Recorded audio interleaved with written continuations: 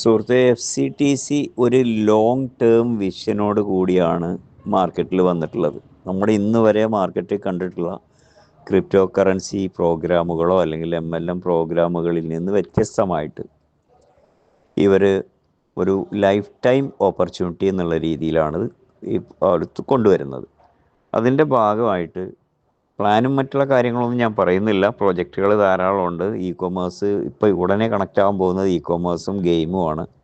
അതിനുശേഷം കൊമേഴ്സിൻ്റെ ഭാഗമായിട്ട് തന്നെ നമ്മൾ ടൂറിസം ടൈപ്പ് വരുന്നുണ്ട്.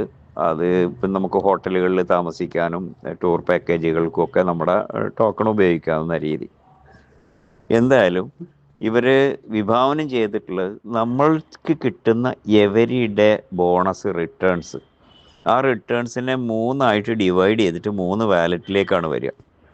അതിൽ 40%, ഉദാഹരണത്തിന് നിങ്ങൾക്കൊരു 1000 കോയിൻ വിഡ്രോ പ്രോഫിറ്റ് വന്ന് കിടക്കുന്നുണ്ടെങ്കിൽ അതിൽ 400 കോയിൻ നിങ്ങൾക്ക് വിഡ്രോ ചെയ്ത് എൻകാഷ് ചെയ്യാം.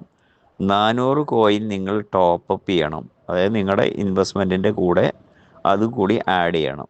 അതോടൊപ്പം 20% നിങ്ങൾക്ക് പ്രോഡക്റ്റ് ഓർ സർവീസ് പർച്ചേസ് ചെയ്യാൻ വേണ്ടിയിട്ടുള്ള യൂട്ടിലിറ്റി വാലറ്റിലും 40, 40, 20 ഇങ്ങനെ 100%. ഇതിൻ്റെ ഗുണം എന്താണെന്ന് വെച്ച് കഴിഞ്ഞാൽ എക്സ്ചേഞ്ചിൽ ഒരു സെല്ലിംഗ് പ്രഷർ വരികയില്ല. അതോടൊപ്പം നമ്മുടെ വാല്യൂ പടിപടിയായിട്ട് കയറിക്കൊണ്ടിരിക്കും. കാരണം പുറത്ത് പബ്ലിക്കിൽ കോയിൻ അധികം കിടക്കില്ല. പിന്നെ ഡിമാൻഡ് കൂടും. 1. 2, നിങ്ങൾ സ്റ്റേക്ക് ചെയ്യുമ്പോൾ 40% സ്റ്റേക്ക് ചെയ്യാൻ ഉപയോഗിക്കുമ്പോൾ നിങ്ങളുടെ അസറ്റ് കൂടി, നിങ്ങളുടെ ഇൻവെസ്റ്റ്മെൻറ്റ് കൂടി. ആ ഇൻവെസ്റ്റ്മെൻറ്റ് കൂടുമ്പോൾ പിറ്റേ ദിവസം മുതൽ നിങ്ങളുടെ റിട്ടേൺസിൻ്റെ അളവ് കൂടുന്നു. പിന്നെ 20% കോയിൻ നമ്മൾ പർച്ചേസിന് ഉപയോഗിക്കുന്നത് യൂട്ടിലിറ്റി വാലറ്റിലുള്ളത്, അത് നിങ്ങൾ യൂസ് ചെയ്ത് കഴിഞ്ഞാൽ അത് ബേൺ ആവുകയാണ് മാർക്കറ്റിൽ നിന്ന്. അത് പിന്നെ ഒരിക്കലും മാർക്കറ്റിലേക്ക് തിരിച്ചു വരില്ല. അപ്പോൾ എല്ലാ സമയത്തും ടോട്ടൽ സപ്ലൈയുടെ 20% ഇങ്ങനെ നശിച്ചുകൊണ്ടിരിക്കും, അത് ബേൺ ചെയ്തുകൊണ്ടിരിക്കും. അപ്പോൾ ഇവിടെ മാർക്കറ്റിൽ കോയിൻ്റെ എണ്ണം കുറയും, അതുകൊണ്ട് ഡിമാൻഡ് കൂടും. രണ്ടാമത് യൂട്ടിലിറ്റി ഉള്ളത് കൊണ്ട് ആ യൂട്ടിലിറ്റിക്ക് വേണ്ടി ഇതിൻ്റെ ഡിമാൻഡ് കൂടുന്നു. മൂന്നാമത്തെ കാര്യം, ഒരു സ്ഥിര വരുമാനം ഉറപ്പ് തരുന്ന ഒരു പ്രോഗ്രാം എന്നുള്ള രീതിയിൽ ധാരാളം ആളുകൾ കടന്നു വരുമ്പോൾ അവിടെ ഇതിൻ്റെ ഡിമാൻഡ് കൂടുന്നു.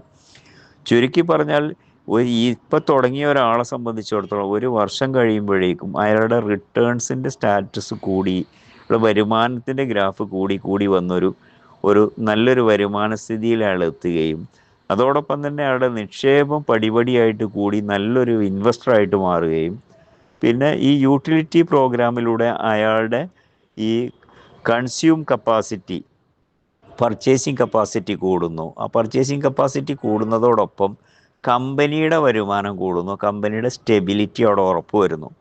അതുകൊണ്ട് തന്നെ ഇവിടെ ഒരിക്കലും കമ്പനിക്കോ ഈ സിസ്റ്റത്തിനോ താങ്ങാൻ പറ്റാത്ത ഒരു പേ ഔട്ട് ഇവിടെ വരുന്നില്ല. അതോടൊപ്പം ഇവിടെ എല്ലാവരുടെയും വരുമാനത്തിൻ്റെ ഗ്രാഫ് സ്റ്റെപ്പ് ബൈ സ്റ്റെപ്പായിട്ട് ഇങ്ങനെ, നമ്മളിപ്പോൾ ഒരു 1200 ദിവസം എന്ന് പറയുമ്പോൾ 40 ദിവസത്തെയാണ് നമ്മുടെ മാക്സിമം സ്റ്റേക്കിംഗ് പറഞ്ഞിട്ടുള്ള പ്ലാൻ. അപ്പോൾ ആ 40 മാസം കഴിയുമ്പോൾ ഒരു 40 സ്റ്റെപ്പ് നമ്മൾ കയറി ഉയരത്തിലെത്തി, എല്ലാം കൊണ്ട് ഉയർച്ചയിലെത്തി നിൽക്കുന്ന ഒരവസ്ഥയായിരിക്കും. അങ്ങനെയാണ് കമ്പനി ഇത് വിഭാവനം ചെയ്യുന്നത്. അവിടം കൊണ്ട് അവസാനിക്കുന്നില്ല, പിന്നെ അവിടുന്ന് അങ്ങോട്ട് 41ാമത്തെ സ്റ്റെപ്പ് വീണ്ടും നമ്മൾ വെക്കുകയാണ്. അങ്ങനെ പടിപടിയായിട്ട് നമ്മുടെ സോഷ്യൽ സ്റ്റാറ്റസ്, അതേപോലെ നമ്മുടെ income capacity, investment capacity, purchasing capacity എല്ലാം കൂടിയിട്ട് നമ്മളൊരു ഫിനാൻഷ്യൽ ഫ്രീഡം എൻജോയ് ചെയ്യുന്ന ഒരവസ്ഥയിലേക്ക് കടന്നു വരുന്ന ഏതൊരു സാധാരണക്കാരനെയും മാറ്റിയെടുക്കുന്നു എന്നുള്ളതാണ് ഈ പ്രൊജക്റ്റിൻ്റെ ഒരു പ്രത്യേകത. അധിക ഭാരം കമ്പനിയുടെ തലയിലും വരുന്നില്ല, അധിക ഭാരം ഈ ലീഡേഴ്സിൻ്റെ തലയിലും വരുന്നില്ല, ഒരാളുടെയും ബ്ലെയിം ഒരാളെ ഏറ്റെടുക്കേണ്ടി വരുന്നില്ല. ഒരു ഇൻവെസ്റ്ററെ നമ്മൾ കൊണ്ടുവന്നാൽ അയാളുടെ കറുത്ത മുഖം ഒരിക്കലും കാണേണ്ടി വരില്ല, ആർക്കും ഒരു ബാധ്യത വരില്ല. അങ്ങനെ വളരെ നല്ല രീതിയിൽ മോറലി, എത്തിക്കലി, സയൻറ്റിഫിക്കലി വളരെ